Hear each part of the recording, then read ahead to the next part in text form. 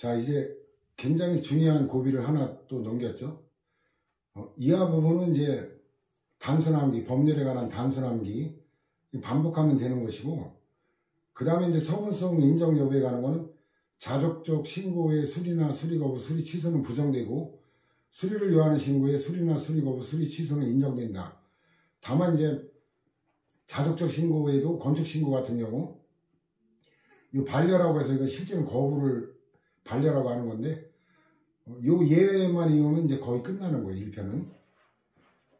자, 신고와 신청의 요건인데, 이것도 형적 요건은 어쨌든 갖춰야 된다 그랬죠. 자기한결적 신고의 요건인데, 이것도 효력을 발생하려면 어쨌든 일단은 신고를 해야 되는 거고, 그 다음 행정절차법이 정한 요건을 갖춰야 된다는 거.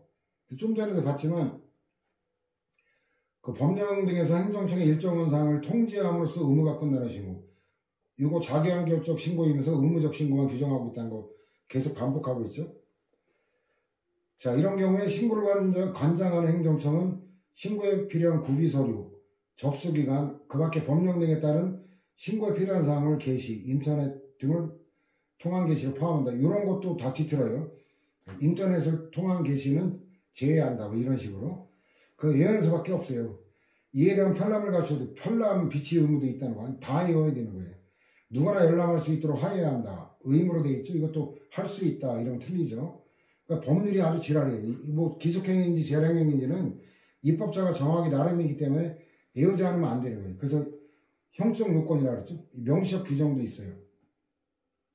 자, 일단 신고서 기재사항이 흠이 없을 것, 필요한 구비서류가 첨부되어 있을 것, 기타 법령 등에 규정된, 자, 이거 실질적, 뭐, 이러면 틀려요.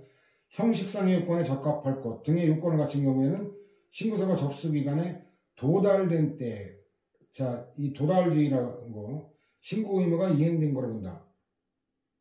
유선장의 경영신고와 변경신고에 대해서는 형적 심사만 가능하다. 이건 뭐, 자족적 신고는 당연하죠. 그 다음에 공장 설립 허가 신청서가 공장 설립 신고서 형식 요건을 갖추고 있는 경우에도 허가 신청서 수리 자체를 거부할 수 있다. 아, 이거 당연한 얘기죠. 왜냐면 규제 정도가 허가가 높아요, 신고가 높아요. 허가가 높잖아요, 그죠? 그럼 허가를 신청할 때는 허가 요건을 갖춘 신청서를 제출해야지, 허가 신청이 아니라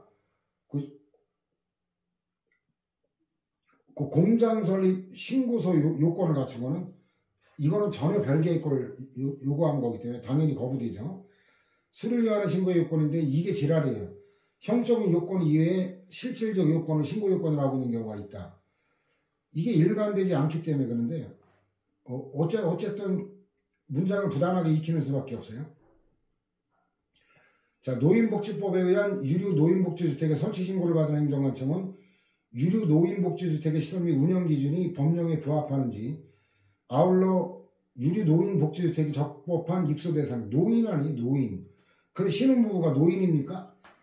이런 입소 대상자가 부정 입소까지 된 거예요. 분양되었는지, 설치 신고 당시 부적격자들이 입소하고 있지는 않은지 여부까지 심사하여 심사권이 있다라는 거, 그거죠. 그래서 판례는 일단 심사권이 있다. 근데 실질적 심사권인지 어쩐지는 여기는 판시를 안 했고. 두 번째는 골재 선별 세척 파쇄 신고. 이거는 실질적 심사를 할 수 있다. 그 다음에 이건 특수한 사안인데 일반적으로 다 그런 건 아닙니다. 행정기관이 실질적인 심사를 할 때 골재 채취법 외에 다른 법령의 제한까지도 심사할 수 있다라는 건데, 여기 이제 준용 규정이 있거든요. 준용 규정이 있기 때문에, 근데 준용하는 삼시 각호 요건에 관해서는 골재 채취 법령에서 따로 정한 바가 없기 때문에 결국 다른 법령의 내용이 관계해서 판단해야 된다는 이런 특수성이 있기 때문에, 그러니까 어때요? 다른 법령에서 정한 사유도 심사 대상으로 삼을 수 있다는 거예요. 이게 일반적인 게 아닙니다. 원래 다른 법률은 심사 범위에서 제외되는 게 원칙이에요. 근데 이제 저런 특수한 경우에 이제 그렇다는 거죠.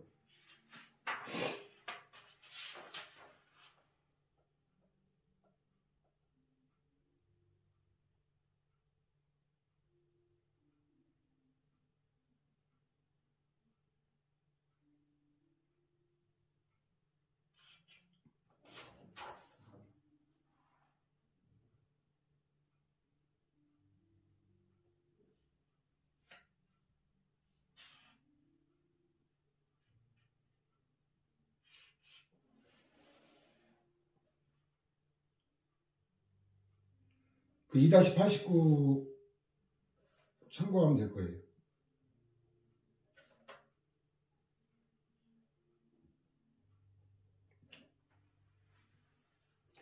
거기 본문에 보면 괄호 3 허가요건의 추가. 허가는 원칙적으로 기습행위에 해당하기 때문에 법률이 정한 기준에 해당하면 허가에 두고 다른 법령의 다른 요건 이런 걸 추가할 수가 없다. 1-240이라고 연결되죠. 요거는 이제 특수한사항이다라는 거. 그 다음에 이제 주민등록에 가는 게 나오는데 이거 출제가 아주 많이 됐던 거죠. 전원합의체 전압 나오면 굉장히 중요하다 그랬죠. 시장 등의 주민등록 전입신고 수리 여부에 대한 심사는 주민등록법의 입법 목적의 범위 내에서 제한적으로 이루어져야 하므로 이것도 좀 전에 설명한 그 연장이죠. 다른 법률의 것까지 멋대로 심사하면 안 되는 거예요.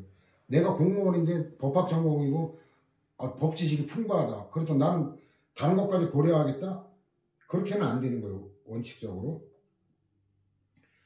그래가지고 부동산 투기나 이주대책 요구 등을 방지할 목적. 이거는 다른 법률의 목적이지 주민등록법이 뭐 투기하고 이주대책 이거하고 아무 관계가 없잖아요. 그러니까 이런 목적으로 주민등록 전입신고를 거부할 수 없다라는 거죠.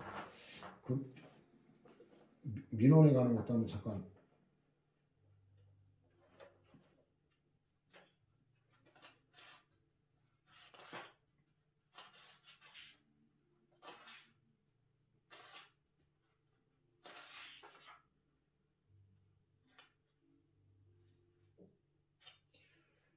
어, 2-372도 그 연장선에 있거든요.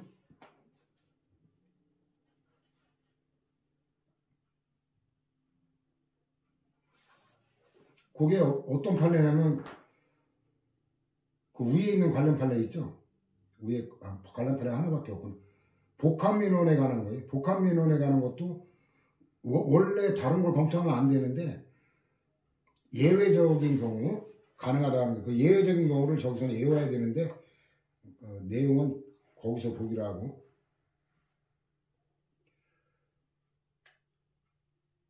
자, 그 다음에 다시 돌아오면 어찌됐든 저는 바람직하다고 보지는 않는데 노동조합법에 그 심사권이 규정에 관한 규정이 있기 때문에 실질적 심사할 수 있다는 거예요. 노조 설립신고. 그 다음에 6번 그때 판단 기준인데 강조된 것만 일단 볼까요? 행정관청은 일단 제출된 설립신고서와 규약의 내용을 기준으로 강목의 해당 여부를 심사하되 설립신고서를 접수할 당시 그 해당 여부가 문제된다고 볼 만한 객관적 사정이 있는 경우에 하나요. 이게 제한적으로 해석해야 된다는 거죠. 설립신고서와 규약 내용 외의 사항에 대하여 실질적인 심사를 거쳐 반려 여부를 결정할 수 있는데 제한적으로만 그렇다는 거죠. 이게 객관적인 해당 여부가 문제가 된다고 볼 만한 객관적 사정이 있는 경우에 하나요. 그 부분을 음미하면 되는 거예요. 그다음 허가권자가 양수인에게 건축가 대지의 소유 또는 사용에 관한 권리를 증명하는 서류의 제출을 요구하거나 양수인에게 이러한 권리가 없다는 그 실체적인 이유를 들어 신고 수리를 거부할 수 없다.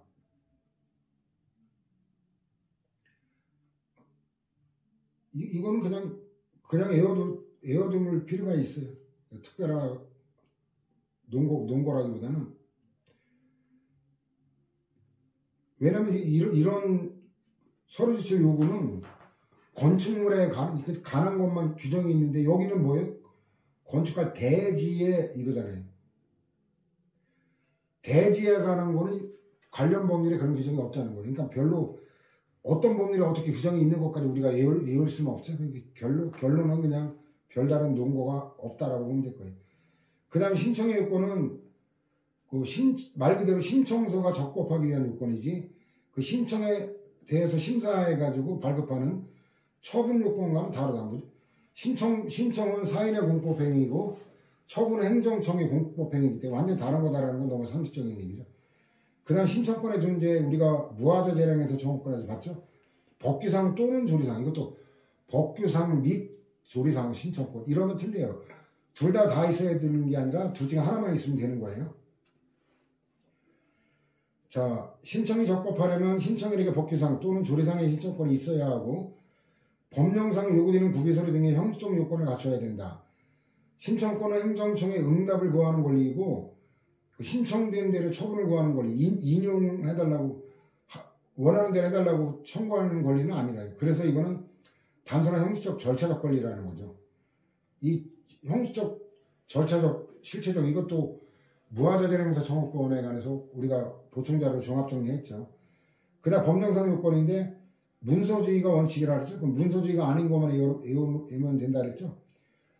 행정청이 처분을 구하는 시점은 문서로 해야 되는데 예외 다 외워야 됩니다. 예외를 논리 갖고 접근이 안 되는 게 예외는 논리적인 것도 있지만 논리적이지 않은 것도 많기 때문에 논리 갖고 대응하다가는 함정에 빠져요. 그냥 외워두세요. 어쩔 수 없어요. 다만 다른 법령 등의 특별한 규정이 있는 경우와 행정청이 미리 다른 방법을 정하여 공시한 게 두 가지인데 여기다 하나 다른 걸 그럴듯한 걸 또 슬쩍 끼워 넣는 걸 조심해야 돼요. 항상. 그러니까 이거 문장 그대로 외우지 않으면 농락당해서 법학 출신들이 법률을 민법까지도 다 그냥 외워버려요. 통으로. 그러지 않으면 이런 거 뭐 법률 출제는 취약금 난도라고 하는데 이걸 외우지 않으면 다 농락당하는 거예요. 입에 줄줄 나오도록 수험생은 외울 필요가 있어요. 근데 행정법에 외울 게 조항이 많지 않아요. 민법은 뭐 1000몇백 개 조문인데 그것까지 외우고 있거든요. 법대는. 이 행정절차법 몇십도 되지도 않아요. 민원의 신청은 문서, 전자문서 포함 약방에 감춰요. 이건 뒤틀면 무조건 그냥 눈치채면 돼요. 전자문서는 제외해야 한다. 간단하게 틀려요. 지금 정보화 사회에 따른 당연한 상식이죠. 다만 이것도 외워야 돼요. 기타 민원만 그래요. 기타 민원은 부술 또는 전화로 할 수 있다. 민원의 종류가 여러 가지 있는데 모든 민원이 아니라 기타 민원만. 그 다음에 이것도 봤죠. 의사표시는 명시적, 묵시적, 직접적, 간접적 불문한다는데 여기는 행정청에 대한 신청의 의사표시는 명시적이고 확정적인 것이어야 된다. 이거 외우지 않으면 안 된다 그랬죠. 문서로 이루어지는 원칙이다. 그 신청행위에 해당하는 여부는 문서 내용과 작성 및 제출의 경위와 시점, 취지 등 여러 사정을 종합하여 판단. 이 약방에 감추니까 그 종합적으로 판단한다. 이런 말 나오면 뭐 외울 것도 없어요. 그 다음 행정청이 신청에 필요한 구비서류 접수기간, 처리기간, 그 밖에 필요한 사항을 게시하는데 인터넷 등을 통한 게시 포함하거나 편람을 갖춰두고 누구나 열람할 수 있도록 해야 한다. 이거 신고하고 똑같죠. 그 다음 휴가인데 적법한 신고와 신청의 휴가인데 자기한결적 신고도 수리를 위한 신고는 일단 수리 의무는 있어요. 근데 수리의 의미가 다른데 적법한 요건을 갖춘 신고가 있으면 최소한 수리할 의무가 있는데 이거는 적법한 요건을 갖추지 못하는 건 거부할 수 있고 근데 이 수리의 의미는 어떤 법적 요구가 무관한 거잖아요. 신고만으로 법적 요구가 완성되는 거니까 수리의 의미는 법적 요구가 무관한 단순 접수 행위로 비권력적 사실행위다라는 거죠. 의미가. 의료법에 의한 건데 자, 신고 수리 여부를 심사 결정할 수 있게 하는 별다른 규정도 두고 있지 아니하므로 의원의 개선 신고를 받은 행정관청으로서는 별다른 심사 결정 없이 신고를 당연히 수리해야 한다. 그 다음에 축산물 가공 처리 법령에서 규정하는 시설 기준을 갖추어 축산물 판매 후 신고를 한 경우 행정관청은 당연히 신고를 수리해야 되고 하여튼 수리 의무는 다 있어요. 어떤 종류의 신고든. 담당 공무원이 법령상의 시설 기준이 아닌 사유로 신고 수리를 할 수 없다는 통보를 하고 미신고 영업으로 고발할 수 있다는 통지를 한 거는 위법한 직무집행이다. 그럼 뭐로 가는 거예요? 판례번호 보니까 2009 다 민사사건인가 알 수 있죠? 그럼 이거는 국가배상 사안이다라는 거죠. 행정청이 당초 신고된 용도대로 사용되지 아니한다는 사정을 이유로 가설 건축물 존치기간 연장 신고를 수리하지 아니할 수 있다. 이거는 그 요건을 갖추지 못한 거니까 수리를 거부할 수 있다. 이것도 다 해석이 되죠. 요건 갖추면 수리해야 된다. 요건을 못 갖추면 수리를 거부할 수 있다. 또 이제 네 번째 보면 원격 평생교육에 관한 신고와 형식성과를 갖췄다. 그러면 다른 이유를 들어 근데 요거는 외워야 되는 게 그 신고 대상이 되는 교육이나 학습이 공익적 기준에 적합하지 않는다는 등의 실체적 차이를 들어 신고 수리를 거부할 수 없다. 이거는 외워야 돼요. 왜냐면 약방의 감초거든요. 약방의 감초. 공익상 필요가 있다 이 말 나오면 거부할 수 있다고 하는 게 그 유형화된 건데 얘는 거부할 수 없다. 이건 외워야 돼요. 5번 판례는 반복되는 건데 이거 분류를 잘못해놔가지고 이거 그냥 지워버리세요. 수리를 요한의 신고도 수리 의무가 있는데 그거 먼저 보여줄까? 자, 3번 보면은 관계법령에서 정하는 제한사유 이외의 사유를 들어 등록을 거부할 수 없는 게 원칙인데 심사 결과 관계법령상의 제한이 이외. 자, 이거 봐요. 중대한 공익상 필요가 있는 경우에는 수리를 거부할 수 있다. 이게 일반적인 판례거든요. 저런 게 허가에도 엄청나게 많이 나와요. 저 말 나오면 거부할 수 있다라는 게 오히려 상식인데 좀 전에 그래서 그 판례가 오히려 이례적이라고 외우라고 한 이유가 2-86에 있어요.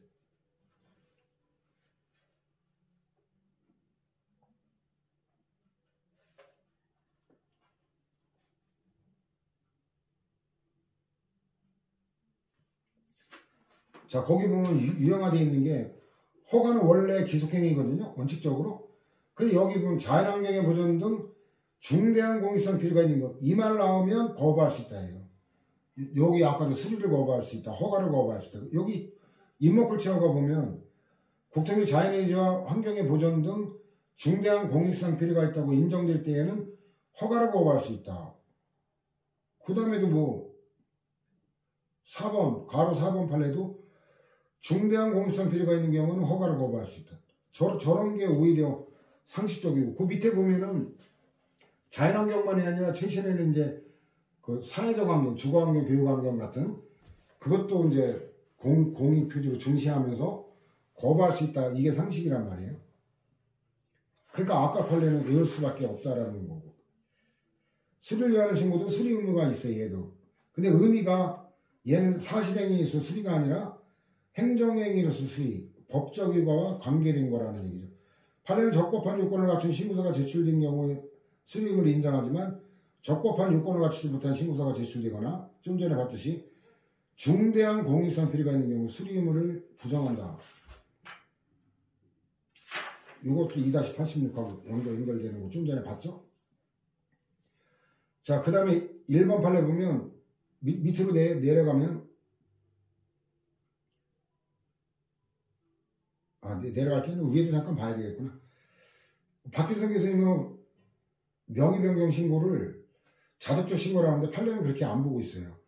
허가 대상 건축물의 양수인에게 건축주의 명의 변경을 신고할 수 있는 공법상의 권리를 인정한 가운데 행정관청에게는 신고를 수리할 의무를 지게 한 거로 봄이 상당하다. 그래서 형성 요건을 갖춘 시장군수에게 적법하게 건축주의 명의 변경을 신고한 때에는 시장군수는 신고를 수리해야지 실체적인 이유를 내세워 신고의 수리를 거부할 수는 없다.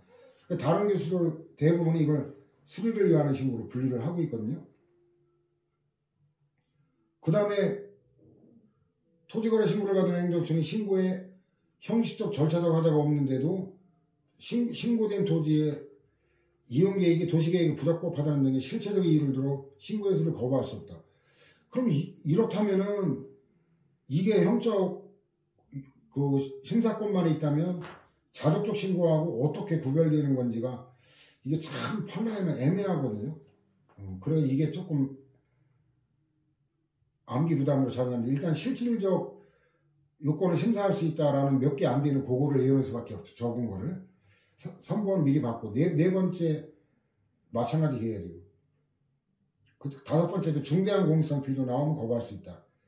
여섯 번째 보면 이것도 아까 종합적으로 봤죠. 입법 목적 등을 달리하는 법률들이 일정한 행위에 관한 요건을 각기 정하고 있는 게 이게 2개 이상 법률이 적용되는 경우잖아요. 그럼 각각 인허가를 받아야 하느냐? 원칙적으로 그렇다. 이런 건 이제 좀 익숙해졌죠. 입법 목적 등을 달리하는 법률들 이러면 일반법 특별법 관계가 아니다라는 것도 이제 해석할 수 있어야 돼요. 달리하는 법률들이 일정한 행위에 관한 요건을 각기 정하고 있는 경우 어느 법률이 다른 법률에 우선하여 배타적으로 적용된다고 풀이되지 아니하는 한 특별법이라고 아닌 한 이런 의미죠. 그 행위에 관하여 각 법률의 규정에 따른 인허가를 각각 받아야 된다는 거예요.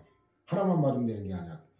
다만 이러한 경우 그중 하나의 인허가에 관한 관계법령 등에서 요게 아까 2번 인용했던 그 복합민원에 관한 표지가 여기 나오고 이거 여기도 외워두세요. 반복하면서 외워지게. 다른 법령상의 인허가에 관한 규정을 원용하고 있는 경우 이건 어쩔 수 없죠. 원용하고 있는 거는 인용이라고 생각하면 돼요. 그럼 다른 법령상 요건을 충족해야 된다는 얘기죠, 이게. 그다음 그 행위가 다른 법령에 의해 절대적으로 금지되어 있어 그게 객관적으로 불가능한 이게 명백하다. 이러면 어차피 내가 해줘봐야 어차피 안 될 거니까 이런 경우만 그러한 요건을 고려하여 인허가 여부를 결정할 수 있다라는 거죠. 그 다음 밑에서 네 번째 줄 우측에 보면 납골당 설치 신고에 관해서 장사법에 규정된 신고 요건에 의해 심사함으로써 그 수리 여부를 결정해야 되고 이 사건 신청지의 개발행위 여부가 국토계획법 등 관계법률에 의해 가능한지 여부에 따라 그 수리 여부를 결정하는 건 허용되지 아니한다. 그러니까 이거는 그 예외 두 가지에 해당하지 않는다는 얘기죠.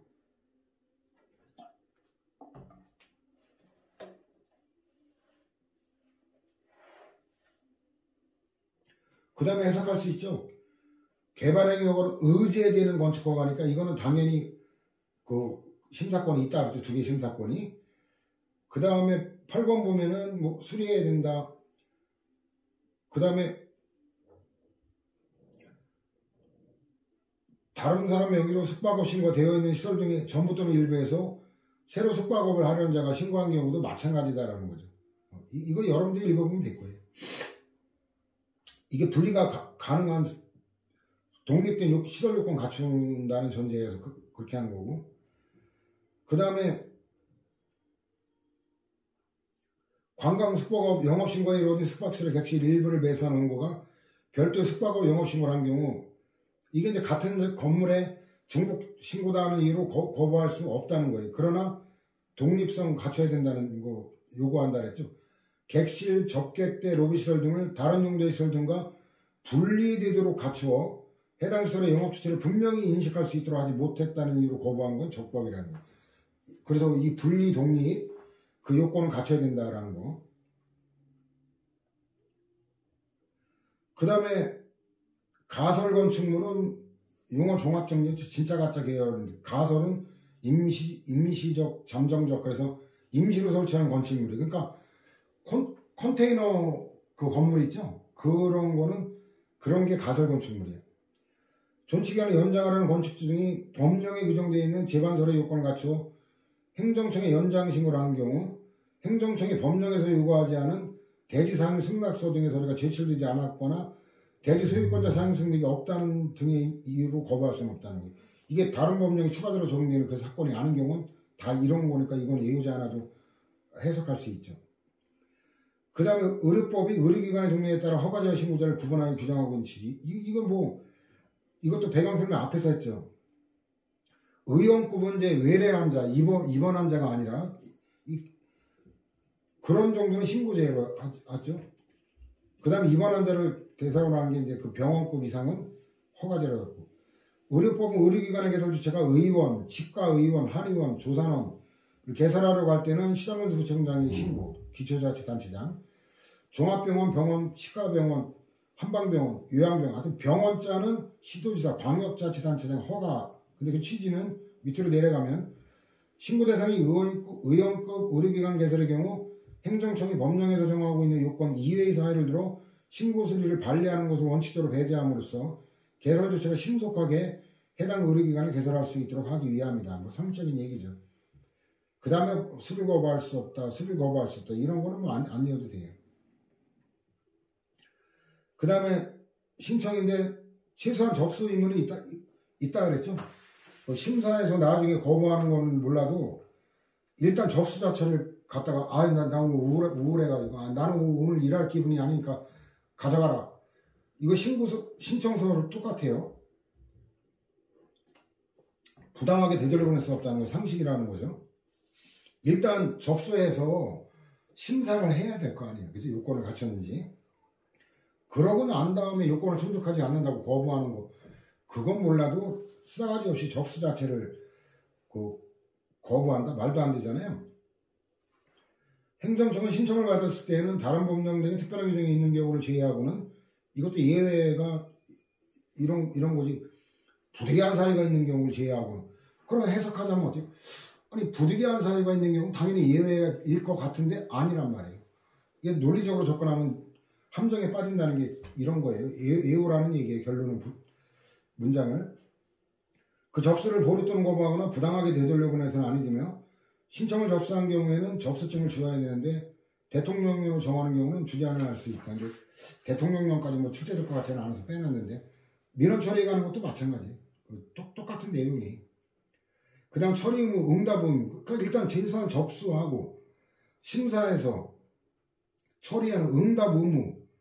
이거는 상식이죠. 응답은 해야 될 거 아니에요. 심사해가지고.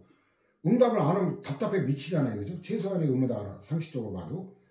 적법한 신청, 이건 법규상 또는 조례상 시조건이 있는 경우에 이게 없으면 이건 응답을 안 해도 상관없어요.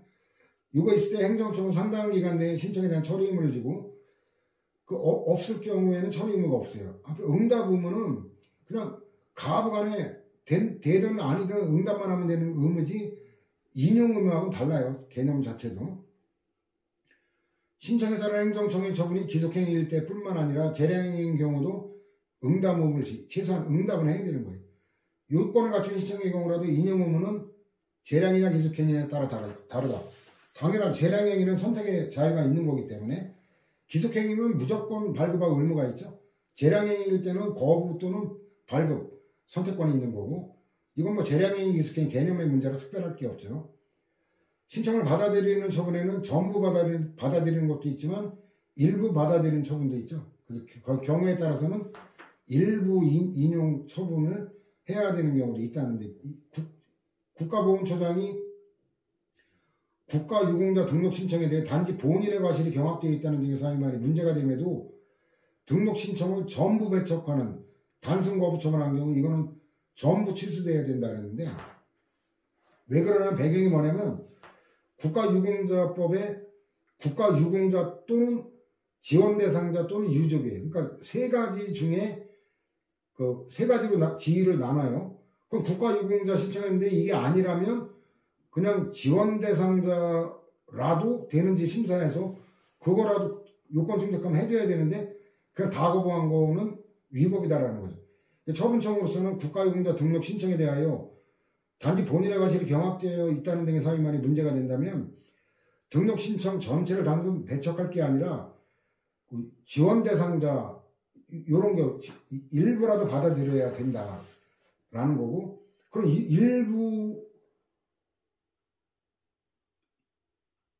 일부라도 가능한데 전부 거부한 거 위법이다라는 거죠. 그 다음에 신청과 권리구제인데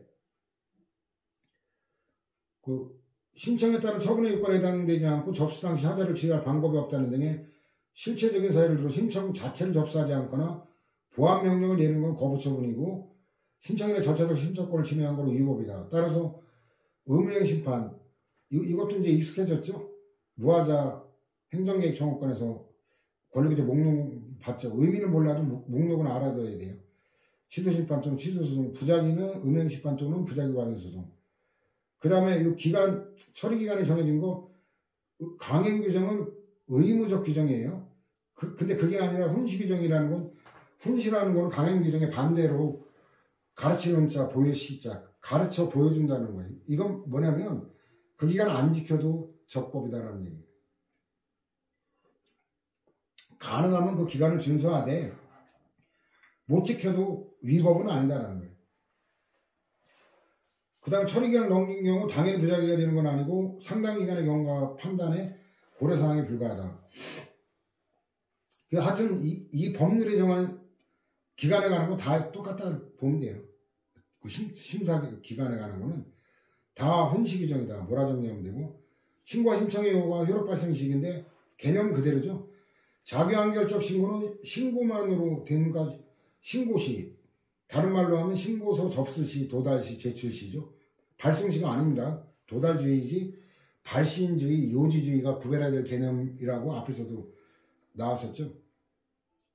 자, 신고서가 접수 기간에 도달된 때 신고 의무가 이행된 거로 본다. 도달주의고. 그 도달하면은 반려해도 신고 의무가 이행된 거기 때문에 행정거래 대상이 되지 않고 적법하게 건축행위를 영업하게 할 수 있어요. 다만 안타깝지만 어떤 이유로는 신고가 되지 않은 경우나 적법한 요건을 갖추지 못한 신고는 효력 발생 안 됩니다.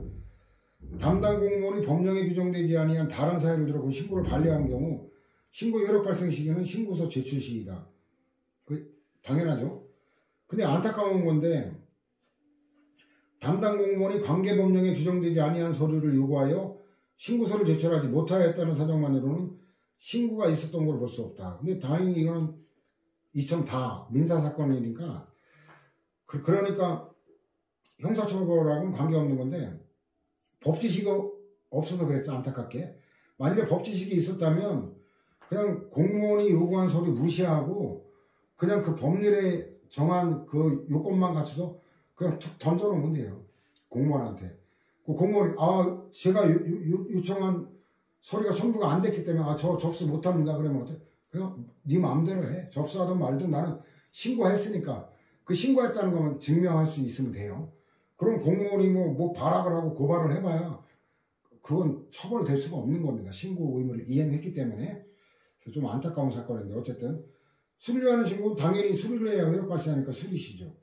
수리하면서 효과가 발생하는데 수리를 하는 신고는 수리되지 않으면 법적 효과가 발생하지 않죠. 그럼 형사처벌 대상이 될 수도 있다는 거예요. 사실상 영업이 양도양수되었죠. 이거 사실상 양도양수됐지 법적인 거는 수리를 해야 되는 거예요. 아직 승계신고 및 수리처분이 있기 이전의 경우 행정제재처분사의 유무의 판단이 기준이 되는 대상자 및 위반행위에 대한 행정책임이 기속되는 자는 양도인이다. 당연하죠. 이거는 양도양수 효과가 사실상은 발생했지만 법적으로 발생이 안 됐기 때문에 법적 책임자는 양도인이다. 이거는 뭐 개념상 당연한 판례죠. 그 다음에 신청할 때 전자문서로 하는 경우에는 이것도 외워놔야 돼. 행정청이 컴퓨터 등에 입력된 때예요. 내용 확인할 때 이거 요지주의라 그러거든요. 요지라고 하는 거는 뭐 이쑤시개 얘기하는 게 아니라 마칠 요자, 알지자. 아는 걸 맞췄을 때 내용을 확인할 때 이런 게 요지주의가 아니라는 거예요. 신청한 걸 본다. 행정청은 그 다음에 행정청의 컴퓨터에 입력된 때 이것도 또 특별한 표지니까 의미를 해야 되는 거. 도달주의의 특별한 표지니까 행정청의 신청인의 편의를 위해 다른 행정청에 신청을 접수하게 할 수 있고 이 경우 행정청은 다른 행정청에 접수할 수 있는 신청의 종류를 미리 정하여 공시해야 된다. 그 다음에도 다 개념으로 해석할 수 있는 거예요. 자기완결적 신고는 신고만으로 끝나는 거니까 그 증명서 있든 없든 관계없어요. 그 실무상으로는 신고를 필요한 마친 경우 필증 교부하는데 이거는 그 신고가 있었다는 사실을 확인해주는 사실적 의미만 갖는 거지. 그래서 신고 필증의 교부 거부 행위는 이건 법률과 무관한 거기 때문에 행정처분이 아니다라는 거예요. 의료법 시행규칙상 이 신고가 자독적 신고라고 봤죠. 그러면 신고 필증 교부의 여력은 신고 사실의 확인 행위이고 부가가치세법상 가세관청의 사업자 등록 이거 등록이란 말을 쓰지만 사실상의 신고라고 배경이 깔려 있어요. 이건 직권말소행위는 처분이 아니다. 그 다음에 수리를 위한 신고는 수리가 있었다는 증명이죠.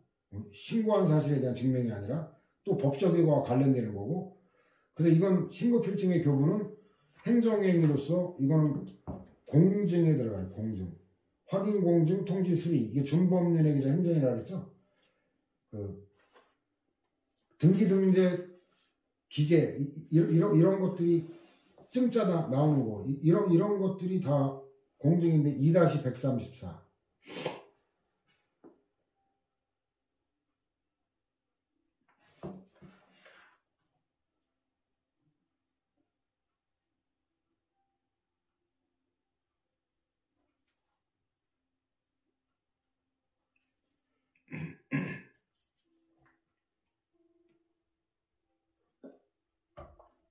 거기 보면 공증 나오죠. 공증. 공적 증명 줄임말이에요.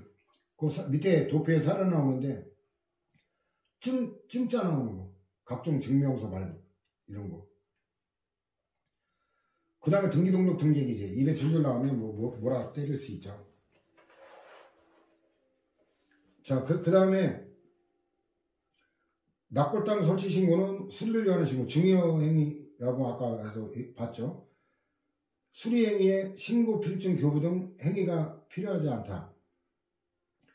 이것도 그냥 수리로서 혈압 발생하는 거니까 증명서가 필요하지 않다라는 것도 해석할 수 있어요. 다만 필증 교부하면 그게 단순한 그 사실행위로서의 그 행위는 아니지만 어쨌든 수리로 혈압 발생하는 거예요. 그 이제 핵심 밑에 세 번째 나오죠. 수리란 신고를 유효한 거로 판단하고 법령에 의해 처리할 의사로 이를 수령하는 수동적 행위. 이게 바로 행정행위로서의 수리라는 거예요. 그렇지만 수리행위에 신고 필증 교부 등 행위가 꼭 필요한 건 아니에요. 그래서 그 다음에 부적법한 신고와 신청의 유관인데 이것도 아까 봤죠. 안타깝지만 그 신고가 없거나 신고를 하지 않았거나 적법한 요건을 갖춘 신고가 아니면 자기한결적 신고도 효력 발생이 안 된다 그랬죠. 자기한결적 신고의 경우 부적법한 신고가 있었다면 수리를 해도 신고 여부가 발생하지 않는다. 따라서 요건 미비에 부적법한 신고를 하고 신고 영업을 영위한다면 무신고 영업으로 불법 영업이고 영업에 해당하고 불법 영업에 대해서는 취소 처분이 아니라 영업장 폐쇄 조치, 이게 직접 강제로 3편에 나와요. 위법 상태를 제거할 수 있고 무신고 불법 영업에 대해서는 벌금 등 처벌 규정을 두고 있고 요건을 갖추지 못한 신고서가 제출된 경우 지체 없이 돌려보내는 게 아니라 상당한 기간을 정하여 신고인에게 보완을 요구하여야 한다. 이것도 의무로 되어 있죠. 그럼에도 기간 내 보완을 안 할 때 그때 이유를 명시하여 왜? 그래야 나중에라도 보완할 수 있으니까 이유를 명시하여 당해 신고서를 되돌려보내야 된다라고 되어 있고 자 일단 요건을 갖추지 못한 거 부적법 무신고 영업행위 자 영업을 하는 자의 의미는 경영자를 얘기하는 거죠. 그래서 영업으로 인한 권리의무 기숙제가 되는 자를 의미하기 때문에 직원 보조자는 영업을 하는 자에 포함되지 않는다. 당연한 상식이죠. 직원이 경영자예요. 말이 안 되죠. 그 다음에 신고 의무가 이행되지 않은 영업을 그럼 뭐예요? 그 불법적인 거죠. 그걸 양수한 경우도 불법 신고 영업이 되겠죠. 처벌 대상이 된다. 이거 여기 외울 게 없어요. 그 다음에 도시계획 시설도로 건설공사를 진행하는 과정에서 행정청의 착오로 철거되었다가 다시 건축된 주택의 소유자가 이를 철거한 후 재축하는 내용의 건축 신고를 했지만 재축으로 볼 수 없다고 불수리한 처분한 사안인데 이거는 행정청의 착오 등 귀책 사유가 개입하여 주택이 철거되었다 하더라도 이 재축 사유인 천재지변 그 대부분이 재축하는 경우는 대규모 홍수 피해나 화재 피해를 입었을 때 그때 하는 거거든요. 안타깝지만 그런 경우는 해당하지 않는다. 그래서 이것도 상식적으로 접근하면 될 거예요. 그 다음에 이것도 해석이 가능하죠. 배출시설 설치 당시에는 신고 대상이 아니었어요. 그럼 뭐예요? 신고 의무가 없었죠. 그 후 법령 개정에 따라 신고 대상에 해당하게 된 배출시설을 이용하여 가축을 사육한 자는 포함되지 않는다. 이건 당연하죠.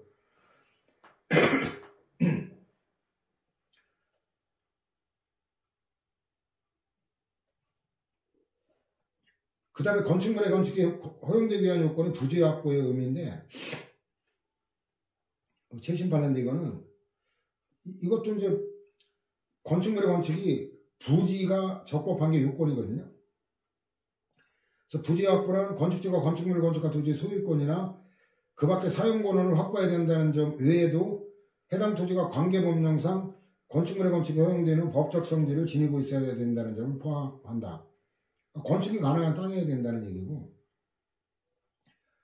그 다음에 어떤 용지를 그 토지의 용도 이게 지목이죠. 지목이 이러면 대지로 건축이 가능한 거죠. 용도와 달리 이용하라는 경우 해당 토지 용도를 적법하게 변경하기 위해서는 개발행위 허가를 받아야 되는데 이게 토지용지 변경 허가예요. 이는 그 토지의 실제 현황이 어느 시점에 공부상의 지목과 달라졌거나 또는 토지의 물리적인 현상을 변경하기 위한 공사가 필요하지 않은 경우에도 마찬가지다. 이거는 이제 원래 7번 논점은 허가에 관한 논점인데 6번하고 관련되니까 편의상 여기다 분류를 한 거예요. 그 다음에 수리를 위한 신고인데 이거는 수리가 행정행위이기 때문에 행정행위는 하자 정도가 그 무효와 취소로 나눠진다 그랬죠. 아까 자기항력적 신고는 이제 사실행위 불가하기 때문에 무효 사유밖에 없는 건데 얘는 무효와 취소를 나눠봐야 돼요. 수리를 위한 신고의 경우에 있어 요건 미비에 부적법한 신고가 있었음에도 불구하고 행정청이 이를 수리했다면 수리행위는 하자의 경우 위법한 수리행위가 된다. 수리행위가 무효인 경우에는 수리의 효과가 발생하지 아니하지만 취소할 수 있는 행위의 경우에는 수리의 효과가 발생하므로 행정청은 수리 후에도 하자를 이유로 취소할 수 있다. 따라서 수리행위가 무효인 경우 신고업의 영업행위는 무신고 영업으로 불법 영업에 무효니까 수리가 취소할 수 있는 경우에 불과할 때는 수리되기 전까지는 유효한 행정행위로 인한 거니까 불법 영업이 아닌 거예요. 후자의 경우는 취소를 한 후에 강제 폐쇄가 가능해요. 아까 자적적 신고는 바로 강제 폐쇄가 가능하다 그랬죠. 이 차이예요. 얘는 취소를 해야만 강제 폐쇄가 가능하다는 거. 자, 이 등록이 실질이 수리를 위한 신고니까 등록 없이 사설강습소 운영하는 행위는 불법인데 구공도 형사처벌됐죠. 그 다음에도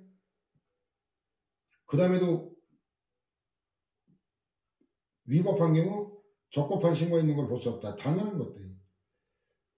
그 다음에 이미 고시된 실시계획에 포함된 상세계획으로 관리된 토지의 건물의 용도를 상세계획 승인권자의 변경 승인 없이 임의로 멋대로 판매시설에서 상세계획에 반하는 일반 목욕장으로 변경 신고한 것을 수리하지 않고 영업소 폐쇄한 처분은 적법이다. 이거는 아예 수리를 안 한 거예요. 수리를 했다면 수리를 취소한 후에 폐쇄해야 되는데 이거는 그 위에 본문하고 그 사실관계가 다른 거예요. 이건 수리를 안 한 거예요. 그래서 아까는 뭐 수리를 취소해야만 뭐 된다더니 뭔 소리야? 이건 수리를 하지 않고 안 했기 때문에 그냥 바로 폐쇄하는 거, 폐쇄로 들어간 거예요.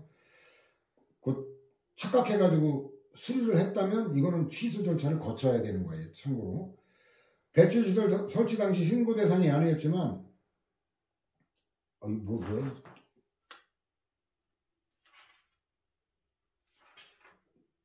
중복됐네? 2015 2016? 이거는 뭐 분류가 꼬였나 보네.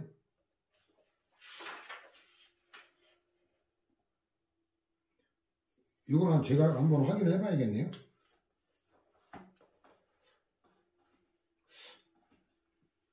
확인해 다음 시간에 다시 한번 확인해 가지고 설명 다시 하기로 하고, 그 다음에도 마찬가지죠. 그 신고 의무가 이행되지 않은 경우 양수했다. 그럼 뭐 당연히 형사처벌 될 뿐더러 시정명령, 영업정지 등 제재처분 대상이 된다라는 거고.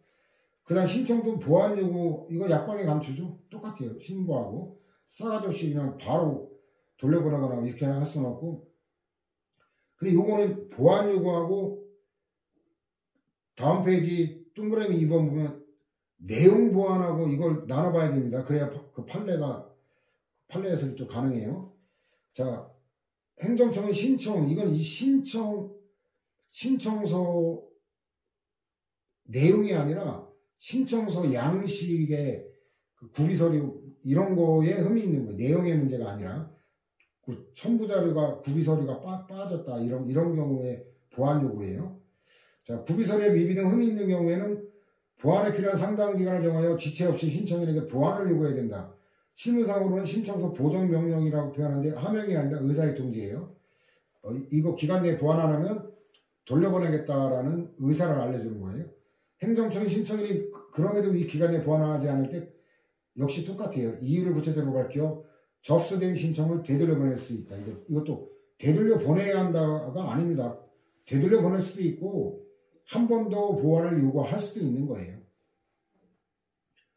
그 다음에 행정절차법 조항은 행정청으로 하여금 신청에 대하여 거부 처분을 하기 전에 반드시 신청인에게 신청의 내용이나 처분의 실체적 발급 요건에 관한 사항까지 보완할 기회를 부여해야 될 의무를 정한 것이 아니다라는 거. 그러니까 뭐냐면 보완 구비서류 형식적인 요건에 흠이 있을 때 문제지 내용에 관한 거 실체적 요건하고 관계되는 게 아니다라는 거예요. 그 다음에 행정기관의 접수한 민원문서에 보완이 필요한 경우 이때도 보완을 요구해야 되는 게 민원 처리도 똑같아요. 그 다음에 신청 이건 내용의 보완이에요. 이건 내용 형식적 요건이 아니라 이건 내용 자체 실체적인 신청에는 처분이 있기 전에는 그 신청의 내용을 보완하거나 변경 또는 취하할 수 있다. 예외도 다 예외라 그랬죠. 다른 법령 등의 특별한 규정이 있거나 당의 신청의 성질상 보완 변경 취하할 수 없는 경우는 그렇지 않다. 그 다음에 민원 처리 똑같아요. 실질적인 요건에 관한 흠이 있는 경우 실질적인 요건 내용에 관한 흠이에요. 민원인의 단순한 착오, 일시적 사정 이런 거 외워줘야죠. 이때는 보완이 가능하다. 원칙적으로 안 된다는 거예요. 보완이 대상이 되는 흠은 일단 보완이 가능해요. 보완이 불가능하면 뭐 시간 줘봐야 의미가 없잖아요. 내용 또한 형식적 절차적 요건이거나 실질적 요건에 관한 흠이 있는 거라도 그 형적 절차적 요건은 당연히 보완이 가능하다는 거예요. 실질적 요건에 관한 흠이 있는 경우라도 민원인의 단순한 착오나 일시적인 사정 등에 기한 경우라야 되는데 건축 불허가 처분하면서 사유의 하나로 소방시설과 관련된 소방서장의 건축 부등의 의견을 들고 있으나 보완이 가능한 경우 보완을 요구하지 아니한 채 곧바로 건축허가 신청을 거부한 건 재량권의 범위를 벗어난 것이다 라는 거. 신고 신청 등 사인의 공법 행위가 거부된 경우 당해 사인은 당초의 공법 행위를 보완하거나 사정 변경을 이유로 다시 같은 내용의 신청을 해도 무방하다. 사인의 공법 행위에 보완할 수 있는 흠이 있는 때는 당연히 보완할 기회를 주어야 되고 거부 처분이 불가능 등이 발생되었다 하더라도 사정 변경이 있을 때는 새로운 처분을 할 수 있기 때문이다. 그래가지고 반복된 행위의 이제 처분성 문제거든요. 이게 수익적 행정처분을 구하는 신청에 대한 거부 처분이 있은 후 당사자가 새로운 신청을 하는 취지로 다시 신청을 했는데 다시 거절하는 거 새로운 거부 처분인데 이게 3-358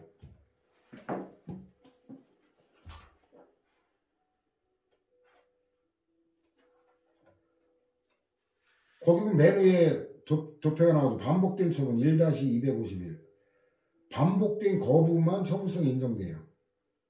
반복된 철거명령 계고 이런 것들은 부정되거든요. 저게 도표 아마 보충자료 나갈 거예요. 저 반복된 처분에 인정된 게 2개 더 추가시켜놨는데 보충자료 나갈 거고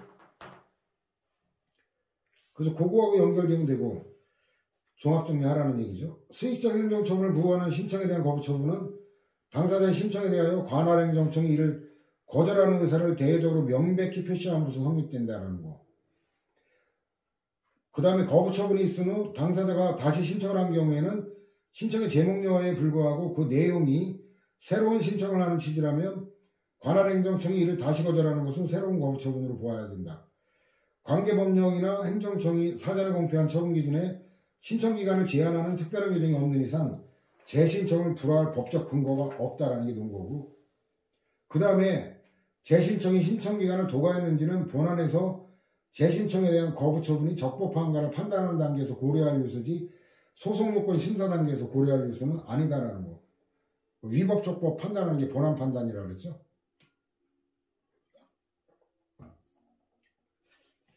그 다음에 신고 의무 위반과 사법상의 력인데 이거는 단속 규정이냐 효력 규정이냐 여부에 따라 다르다. 이것도 나중에 행정위 때 보충자료 그때 설명할 건데 단속 규정은 단속의 목적이 말 그대로 처벌 강제되는 대신 그 효력에는 관심이 없어요. 효력은 유효가 되는 거고 근데 그 효력 규정은 말 그대로 효력에 관심 있는 규정이라 위반하면은 무효가 돼요. 대신 처벌 강제되지 않는 건데 이거는 그 허가 때 설명을 하게 될 거고 토지거래 신고 위반 이거는 유효다. 이거는 2-128하고 달라요. 2-128 토지거래 신고제하고 허가제가 있는데 허가 안 받은 거는 그거는 무효가 돼버려요. 효력 규정이라는 얘기죠. 그거는 허가제는 128에 보면 맨 위에 판례 1번 보면 허가를 받지 않은 토지거래 계약은 유동적 무효다. 이게 1-252. 이거는 예일 수밖에 없는 게, 그 개념은 명확하지만 어떤 법률 규정이 단속 규정인지 효력 규정인지는 자명하지를 않아요. 그래가지고 다행히 우리는 이런 게 판례가 관심 있는 판례가 몇 개 안 되기 때문에 다행인데, 토지거래 신고제는 유효다. 신고하지 않아도 단속 규정이라는 건데, 토지거래 허가제는 무효다. 민사 판례는 수백 개를 읽어야 돼. 저 단속 규정인지 효력 규정인지가 굉장히 많아요. 자, 그 다음에 이제 마지막 쟁점, 수리나 수리거부 수리 취소의 처분성 인정 여부인데, 부정된 거는 이미 알고 있죠. 자족적 신고의 수리나 수리거부 수리 취소. 얘는 신고 자체로 법적 효과가 발생하는 거니까 수리는 아무 법적 효과가 무관한 사실행위에 불과하죠. 그래서 이건 그 사례를 알면 당연한 거니까. 그 다음 페이지 가면 신고를 요하지 않는 행위의 신고에 대한 수리. 이건 더군다나 말할 것도 없죠. 신고를 안 해도 되는 거니까 더 말할 것도 없죠. 그래, 공동주택 입주민의 5개 운동시설은 테니스장을 배드민턴장으로 변경한 사실의 신고 수리. 이거는 당연히 처분이 아니죠. 더 엽기적인 거는 납골탑 설치 신고는 쌍방 동시 착오에 빠진 거예요. 이건 두 개를 나눠봐야 되는데, 수리를 위한 신고로 이해단 발령은 처분이에요. 근데 관리사무실이나 유족편의시설 등 같은 부대시설이 핵심이에요. 부대시설에 관한 사항은 신고사항이 아니기 때문에 이에 대한 반려는 처분이 아니다.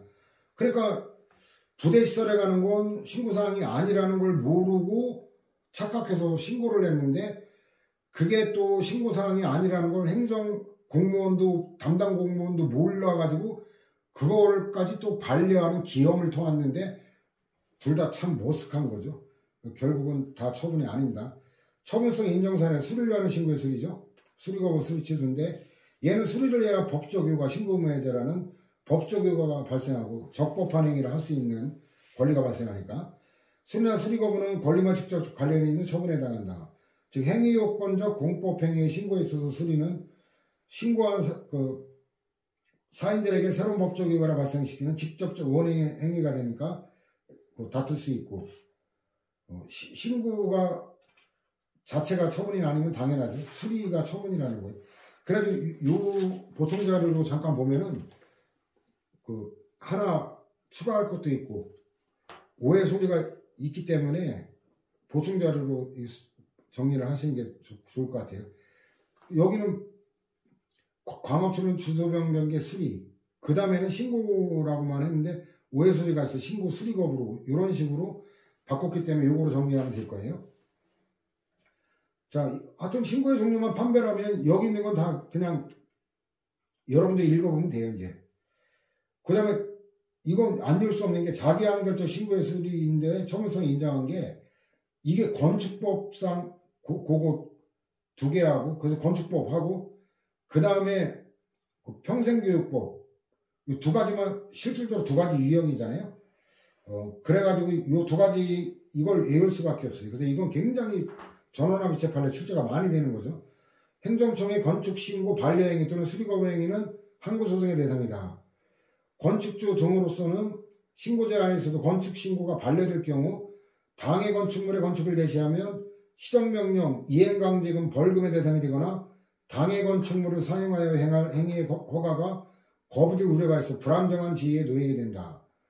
그래가지고 건축신고 반려행위가 이루어진 단계에서 당사자로 하여금 반려행위의 적법성을 다투어 그 법적 불안을 해소한 다음에 건축행위에 나아가도록 함으로써 장차 있을지도 모르는 위험에서 미리 벗어날 수 있도록 길을 열어주고 위법한 건축물의 양산과 그 철거를 둘러싼 분쟁을 조기에 근본적으로 해결할 수 있게 하는 게 법치행정의 원리에 부합한다.